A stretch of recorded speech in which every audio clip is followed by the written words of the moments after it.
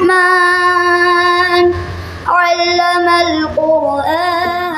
الحمد لله رب العالمين والصلاة والسلام على خير خلقه محمد وعلى آله وصحبه أجمعين، أما بعد. قال الله عز وجل: شهر رمضان الذي أنزل فيه القرآن هدى للناس وبينات من الهدى والفرقان.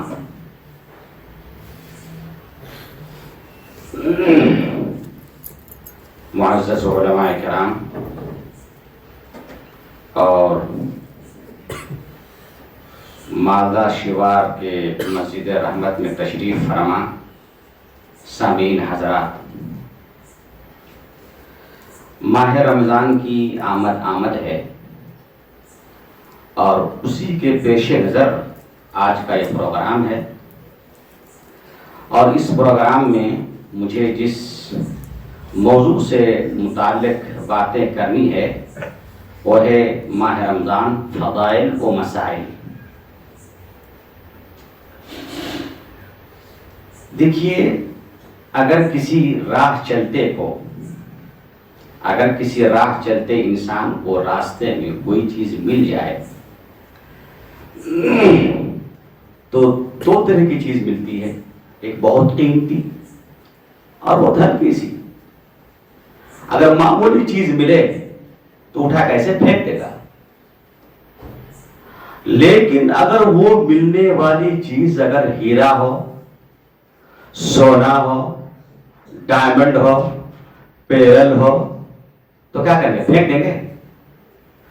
اس کو ایسے محفوظ کرے گا اور ایسی وہ طریقہ اختیار کرے گا کہ راہ چلتے ہوئے دوسروں کو بھی احساس نہ ہو کہ مجھے کچھ ملی ہے.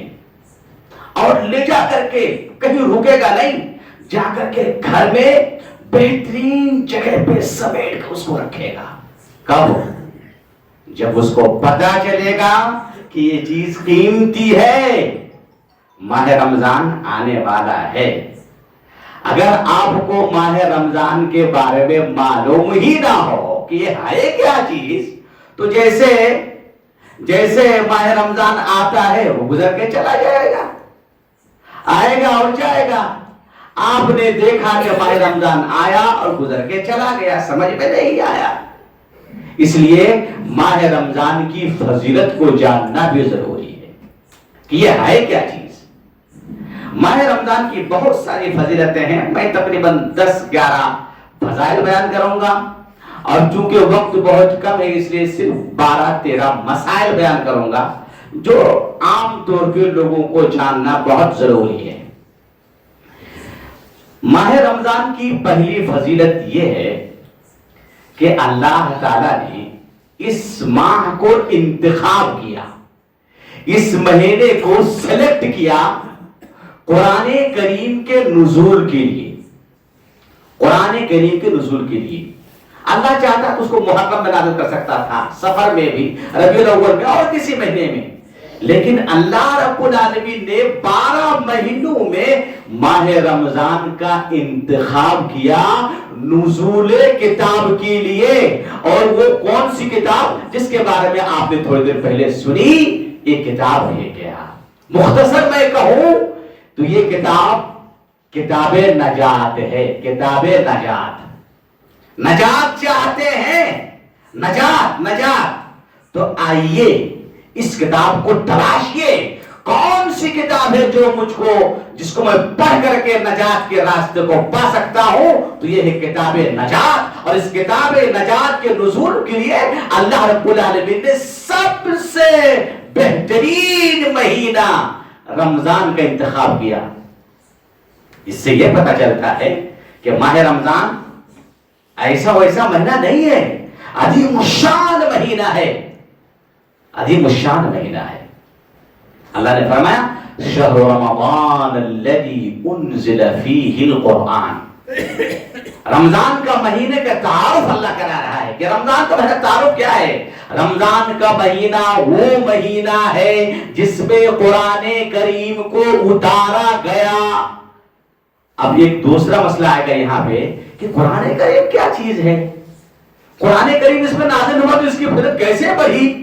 اس لیے ترتیب بہت اچھا تھا، آج کی ترتیب بہت اچھی تھی کہ سب سے پہلے قرآن کی فضیلت بیان کی گئی کہ قرآن ہے کیا چیز، اس قرآن کو اس مہینے میں نازل کیا گیا۔ ماہ رمضان کی دوسری فضیلت یہ ہے کہ جب ماہ رمضان آتا ہے، اذا دخل رمضان، جب ماہ رمضان داخل ہو جاتا ہے، چاند طلوع ہو جاتا ہے، تو اللہ تعالی ماہ رمضان کے شروع میں روزانہ، رمضان جو شروع ہوتا ہے اس وقت سے لے کر کے ختم ہونے تک، کل یوم یزین الجنہ، رمضان مہینے کے ہر دن اللہ رب العالمین جنت کو مزین کرتا ہے، جنت کو مزین کرتا ہے اور کہتا ہے یوشک عبادی ان یلقوا عنہم المؤونۃ والتعب ویدخلوا، قریب ہے کہ میرے بندے اپنے پریشانیوں کو جھیل کر کے، محنت کر کے، تھکاوٹوں کو دور کر کے وفات پا جائے اور تم میں داخل ہو جائے۔ یہ ماہ رمضان میں اللہ تعالیٰ کرتا ہے۔ اس روایت کو بیہقی نے روایت کی ہے اور بعض لوگوں نے اس کو ضعیف قرار دیا ہے، لیکن ابن عثیمین کہتے ہیں کہ تعدد الطرق کی وجہ سے یہ روایت قابل حجت ہے۔ تیسری فضیلت، ماہ رمضان میں اللہ رب العالمین جنت کے دروازے کھول دیتے ہیں، جنت کے دروازے، وہ جنت جس میں داخل ہونے کے لیے ہم بلوغت سے لے کر کے مرتے دم تک اللہ رب العالمین کے فرامین کو بجا لاتے ہیں، روتے ہیں، گڑ گڑاتے ہیں اور نہ جانے کیا کیا کرتے ہیں، اپنی جان سے، مال سے، دولت سے، بیویوں سے، گھروں سے، ہر چیز سے اللہ رب العالمین ڈرتے ہیں صرف جنت پانے کے لیے اور جنت میں اللہ رب العالمین کی دیدار کے لیے۔ اس جنت کے دروازے اس مہینے میں کھول دیے جاتے ہیں، دیگر مہینے میں نہیں، اس مہینے میں۔ کیوں کھول دیے جاتے ہیں؟ تاکہ بندوں کا شوق پیدا ہو، جذبہ پیدا ہو، بندے جوق در جوق آئے اور میری عبادت میں لگ جائے، جم جائے کہ مجھے جنت لینی ہی ہے، میں کیوں محروم رہوں، میں کیوں محروم رہوں۔ جنت کے دروازے کھول دیے جاتے ہیں، جنت کی رحمتیں نازل ہوتی ہیں اس مہینے میں۔ کھولنے کی بہت ساری تفسیریں ہیں، اس میں سے ایک تفسیر یہ ہے کہ اللہ رب العالمین جنت کھول کر کے بندوں کو اپنی طرف بلانا چاہتا، آ جاؤ جنت لے لو، لے لو، لے لو، جنت لے لو۔ مگر کیسے لیں گے؟ ایسے تھوڑی۔ جنت لینے کے لیے کچھ تو اللہ رب العالمین جنت آپ کو دے گا، جس کے بارے میں اللہ کے رسول نے کہا ہے کہ مالا عین راج ولا اذن سمعت ولا خطر علی قلب بشر۔ جنت ہے کیا چیز؟ حدیث و قرآن میں اس کی کچھ صفاتیں بیان کی گئی ہیں، اس کے باوجود بھی اللہ کا رسول نے کہا کہ یہ صفتیں کافی نہیں ہے، یہ تو ہم نے تھوڑی ہی چیز بیان فرمائی ہے۔ وہ ایسی چیز ہے کہ کسی آنکھ نے نہ دیکھا اور نہ کسی کان نے سنا اور نہ جنت کا تصور کوئی انسان اپنے دل میں لا سکتا ہے۔ لہذا جنات کی تفسیر جو کرتے ہیں اور کہتے ہیں کچھ لوگ کہ جنت باغ کے معنی میں غلط ہے۔ جنت کی تعریف یہ ہے ما اعد اللہ سبحانہ وتعالی من دار النعیم للمؤمنین، اللہ رب العالمین نے مومنین کے لیے جو دار عزت تیار کر رکھا ہے اسی کا نام جنت ہے۔ اس کی حقیقت کیا ہے، اس کی شکل کیا ہے، اس کی صورت کیا ہے، انسان تصور میں رہ سکتا ہے خوبصورتی میں، اور اس جنت کے دروازے کھول دیے جاتے ہیں۔ چوتھی فضیلت یہ ہے کہ اللہ رب العالمین اس مہینے میں جہنم کے دروازے بند کر دیتے ہیں، جہنم کے دروازے بند کر دیتے ہیں۔ وغلقت ابواب النیران، اور جہنم کے دروازے بند کر دیے جاتے ہیں۔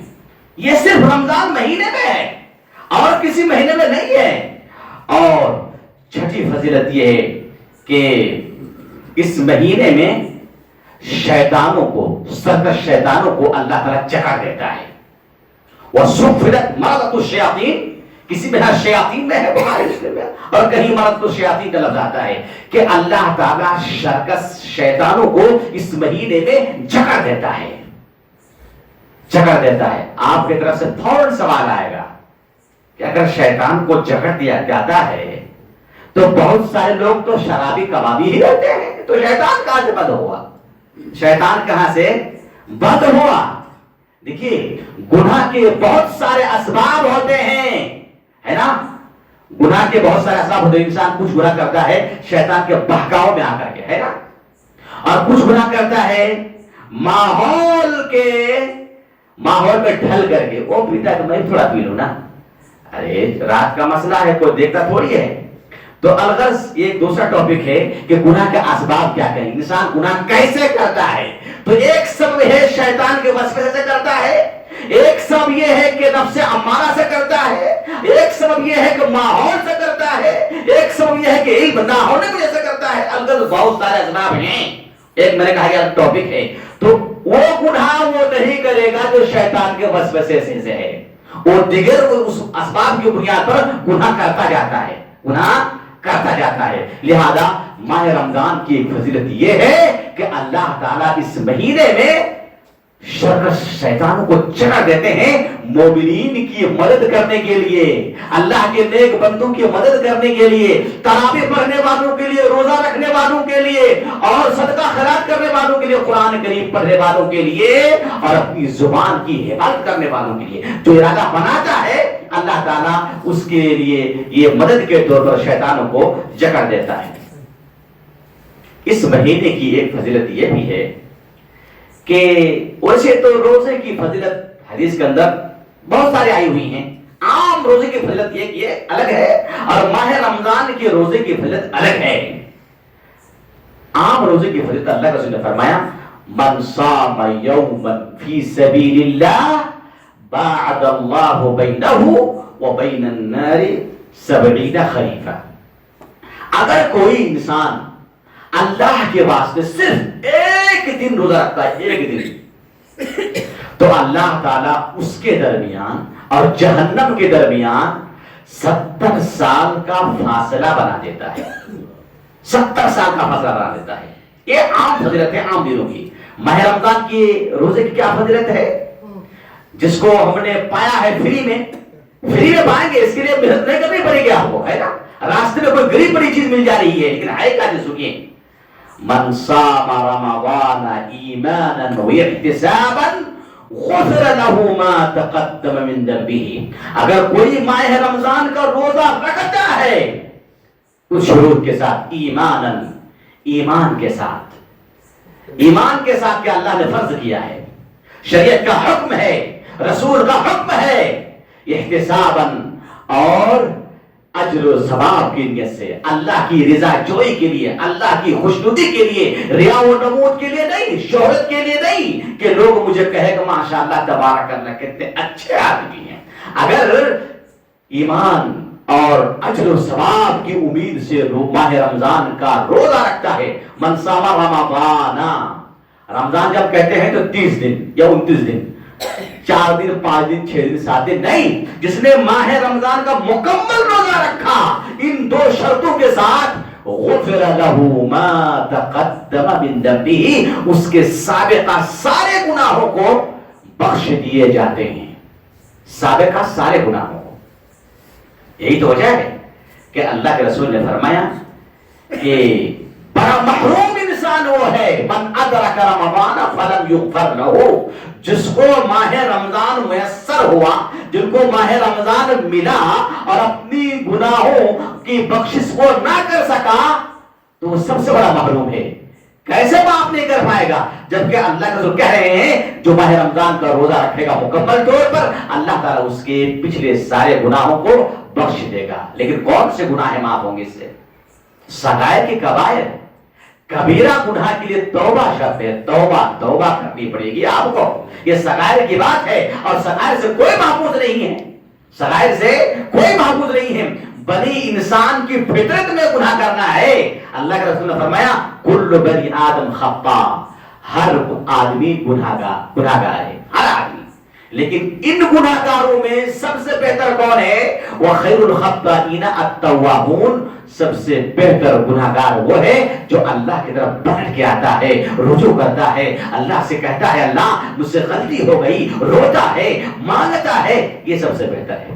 لہذا ماہ رمضان کے روزے کی فضیلت یہ ہے کہ اس کے سارے گناہ بخش دیے جاتے ہیں۔ ماہ رمضان میں تراویح پڑھی جاتی ہے، تراویح اور تراویح قیام اللیل، تہجد ایک ہی نماز کا نام ہے۔ حقیقت یہ ہے کہ لوگ فرق کرنے والا مسئلہ ہے، لیکن صحیح بات یہی ہے، کوئی فرق نہیں ہے۔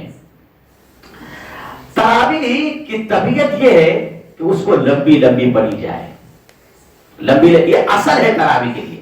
ہم لوگ کمزور ہیں، اس لیے ہم لوگ آدھا پارہ، ایک پارہ، پون پارہ پڑھ کر ختم کر دیتے ہیں، لیکن اصل یہ ہے کہ یہ نماز لمبی ہونی چاہیے۔ جو جتنی لمبی کر کے پڑھے گا وہ اتنا ہی افضل ہے۔ تراویح یہ ماہ رمضان میں پڑھی جاتی ہے۔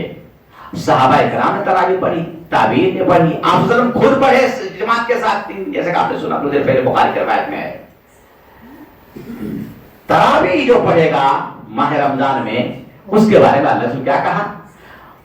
من قام رمضان ایمانا واحتسابا غفر له ما تقدم من ذنبه، جو ماہ رمضان میں ایمان کے ساتھ اجر و ثواب کی نیت سے قیام کرتا ہے، تراویح پڑھتا ہے، تہجد پڑھتا ہے، اللہ تعالیٰ اس کے پچھلے گناہوں کو معاف کر دیتا ہے۔ لہذا اپنے گناہوں کی معافی کہاں ہوگی؟ اس ماہ رمضان میں۔ ماہ رمضان ایک ایسا فلٹر ہے جو آپ کو بالکل ریفائنڈ کر کے صاف و شفاف بنا دیتا ہے۔ یہ ہے اس کی قیمت، یہ ہے اس کی حقیقت۔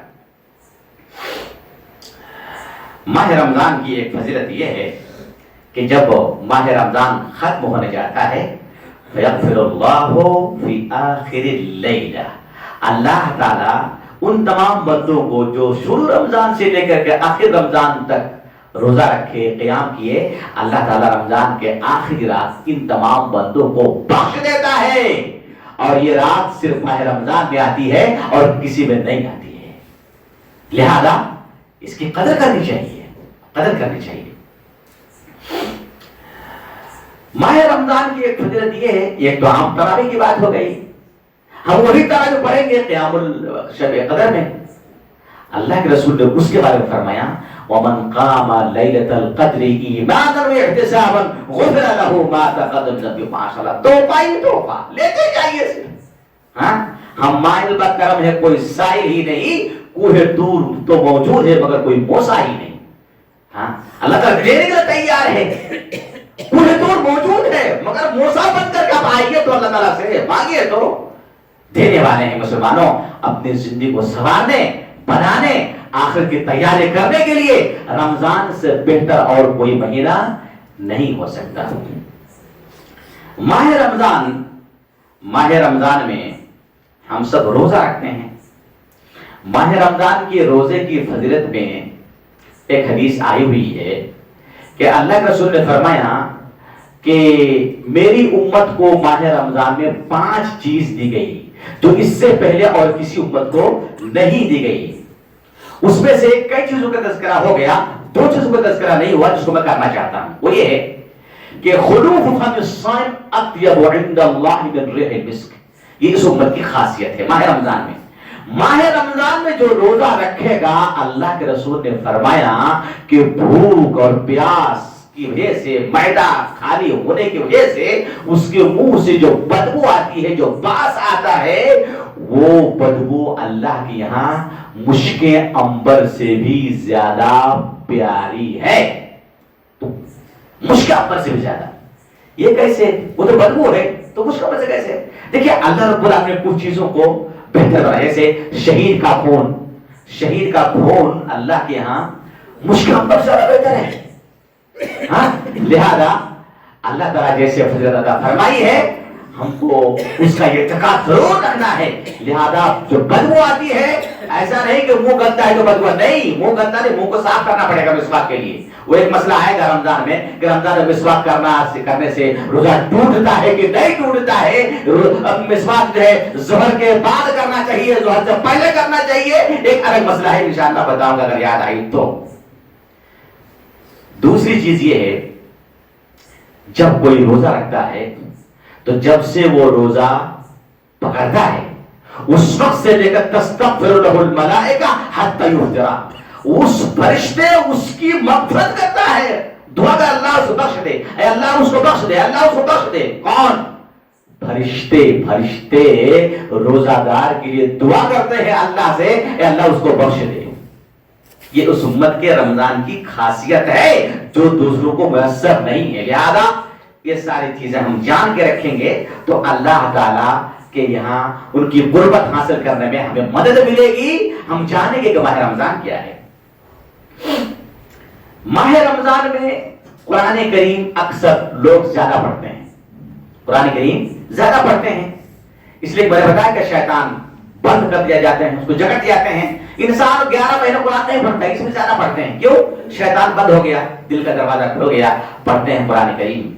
ماہ رمضان میں کثرت قرآن پڑھنے کی وجہ سے اور روزہ رکھنے کی وجہ سے، جو روزہ ہے ماہ رمضان کا، یہ روزہ اور قرآن قیامت کے دن اللہ تعالیٰ سے سفارشی بن کر گا. جیسا آپ نے سنا اس روایت کو بھی یاد کر لیجئے کہ دونوں کہیں گے اللہ اس کو تو منعتہ الطعام والشراب فی النہار، روزہ کہے گا اللہ میں اس کا ساتھی ہوں، میں اس کا سفارشی ہوں، میں نے اس کو دن میں کھانے سے پینے سے روک کے رکھا تھا تیرے لیے، اے اللہ تو میری سفارش قبول فرما. حدیث میں آتا ہے کہ قرآن کی شفاعت اور ماہ رمضان کی روزے کی شفاعت کے بارے میں فیشفعان، اللہ تعالیٰ ان دونوں کی سفارش کو قبول کرے گا. اگر ان کی سفارش قبول ہو گئی کسی مومن کے حق میں تو وہ کامیاب ہو گیا، زندگی سرخرو ہو گئی اور وہ کامران ہو گیا، وہ اپنے منزل مقصود کو پا لیا. یہ مختصر طور پر ماہ رمضان کی فضیلت تھی. اب آئیے ماہ رمضان کے کچھ احکام. سب سے پہلی چیز، پہلا حکم یہ ہے کہ ماہ رمضان کا روزہ یہ فرض ہے. عربی زبان میں کسی چیز کو سب سے اہم بتانے کے لیے اس کے اوپر اور کوئی چیز نہیں ہو سکتی ہے. اللہ رب العالمین کا حکم سخت ہے، اللہ نے سختی سے حکم دیا ہے. عربی زبان میں یا شریعت کی زبان میں اس کو ہم لوگ رکن کہتے ہیں. رکن، جب رکن کہتے ہیں اس کا مطلب یہ ہے کہ اللہ رب العالمین نے آپ کو اس کام کو کرنے کا سختی کے ساتھ حکم دیا ہے. کوئی کمپرومائز نہیں ہے، کوئی کمپرومائز نہیں ہے. تو ماہ رمضان کا روزہ یہ اسلام کا ایک رکن ہے، کوئی کمپرومائز نہیں ہے. یہ فرض ہے، فرض عین ہے، ہر شخص پر فرض ہے. فرض دو طرح کے ہوتے ہیں، ایک فرض عین، ایک فرض کفایہ. فرض عین کا مطلب یہ ہے ہر شخص سے ایک کام لینا ہے، ہر شخص سے. وہ کون شخص ہے ابھی بعد میں بتاؤں گا کہ کس پر روزہ فرض ہے. لیکن فرض عین کا مطلب یہ ہوتا ہے کہ ہر ایک شخص کو یہ کام انجام دینا ہوگا. فرض کفایہ کا مطلب یہ ہے کہ کام سے مطلب ہے، کون کرے وہ مطلب نہیں ہے، کام سے مطلب ہے. جیسے جنازے کی نماز پڑھنا واجب ہے، فرض کفایہ ہے. کس نے کیا وہ قطع نظر اس کے، کچھ لوگوں نے کر دیا تو سب کی طرف سے ذمہ داری ادا ہو گئی. لیکن فرض عین میں ہر ایک کو اپنی ذمہ داری ادا کرنی ہوگی. یہ ہے رکن. یہ جو ماہ رمضان کا روزہ رکن ہے، اس کی دلیل ہے کیا؟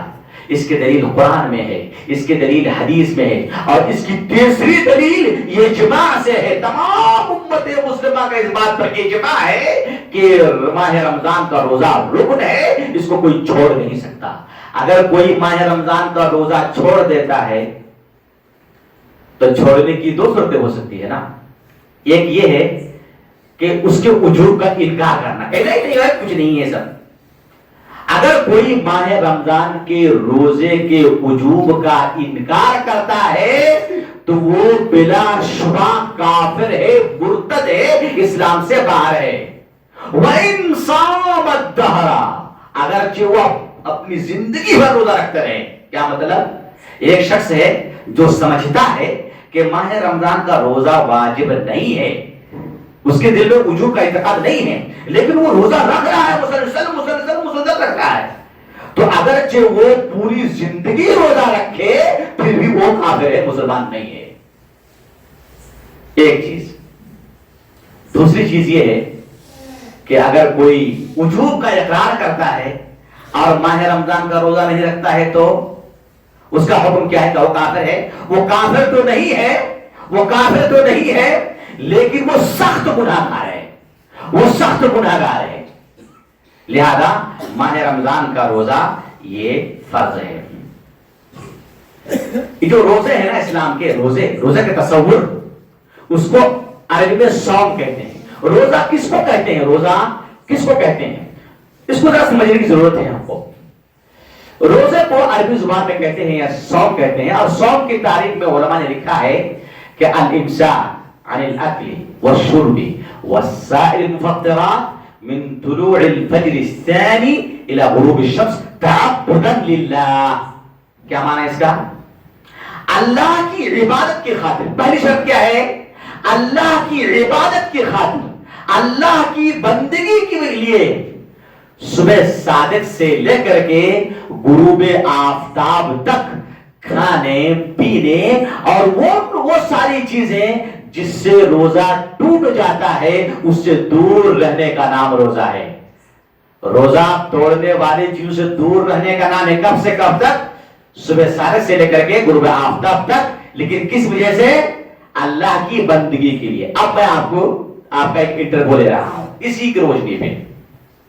ایک شخص ہے جو کبھی بھی روزہ نہیں رکھتا ہے, ٹھیک, روزہ نہیں رکھتا ہے, بیمار ہو گیا, ڈاکٹر کے پاس گیا, ڈاکٹر نے کہا کہ آپ کو 16 گھنٹہ بھوکے رہنا پڑے گا.